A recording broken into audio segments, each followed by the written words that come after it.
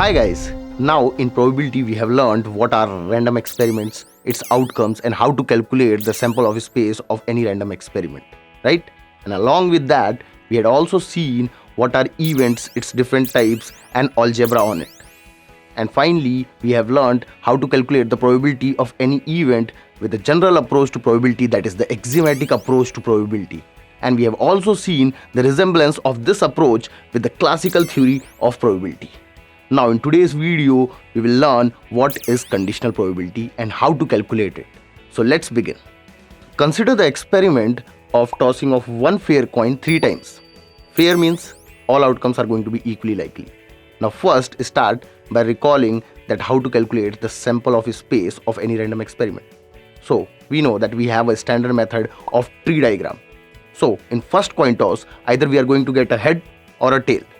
Now in second coin toss, corresponding to each outcome of first coin toss, we will further get 2-2, right?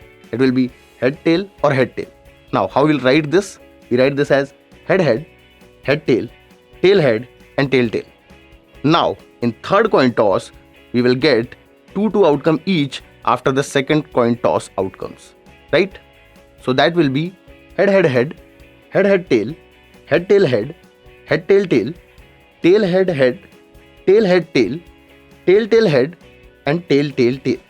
And the set containing all these possible outcomes is sample space, right? Now let's consider 2 events of this sample space. Event E, at least 2 head appears. Event F, first coin shows tail. So E will contain these 4 sample points, right? And similarly F will contain these 4 sample points, right? Now we can individually calculate the probability of this event E and event F. So let's calculate for event E. That will be favorable number of outcomes by total number of outcomes. That is 4 by 8, which is equal to 1 by 2. And for F also we will get probability as 1 by 2, right? So this we know, but if the question is asking us to find the probability of event E given that event F has occurred, what will be that? Well, observe that it is given that event F has occurred. That means that first coin toss shows tail. So now our total possible outcomes will not be equal to the total number of sample points in the sample space, because now our sample points has reduced to the number of elements in the event F, because it is told that event F has occurred. So our total possible outcomes will be equal to the number of elements in the event F. Now we have total possible outcomes. Now we have to calculate the total number of favorable outcomes. Well, observe the total number of favorable outcomes will be from the event E that are contained in event F, not in whole of the sample space, right? So probability of E given that event F has occurred, which is denoted by this symbol, probability E/F. This means that probability of event E / indicate given condition that F has occurred is equal to favorable number of outcomes by total number of outcomes. And we know that total number of outcomes are only the number of elements in the event F, not the total number of elements in the sample space S. And the favorable number of outcomes will be those elements which are there in the event F and also contained in E, right? So that is only one, that is tail head head. So probability of event E given that event F has occurred is equal to 1 by 4, that is number of elements in the event F. So hopefully you have understood how to calculate the probability of any event E given that event F has occurred. But now let's generalize this idea and get a formula with the help of Venn diagram. So suppose there is a random experiment. Then we know that corresponding to a random experiment there is a sample space. So suppose this is our sample space S, and the number of elements of this sample space is denoted by n of S. Now let's consider 2 events of this sample space S. One is event E and another is event F. And let us denote the number of elements in this event E as n of E and number of elements in this event F as n of F. And the number of elements which is common to these both events, that is E intersection F, is denoted by n of E intersection F. Now what will be probability of event E given that event F has occurred?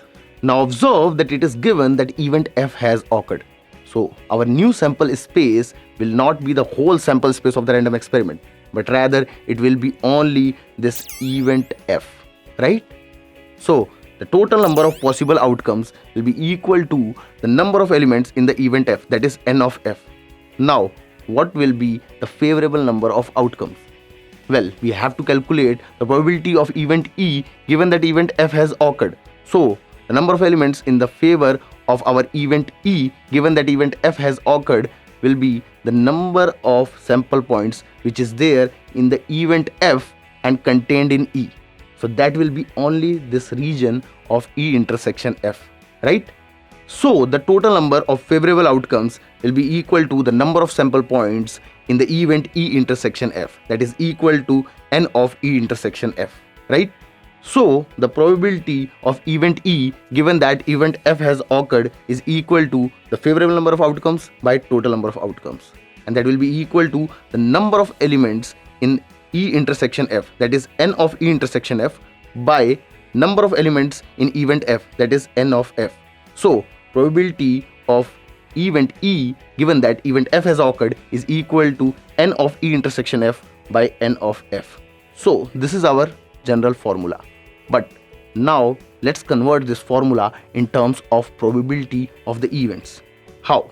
Well, for that, divide numerator and denominator by the number of elements in whole of the sample space, that is n of S.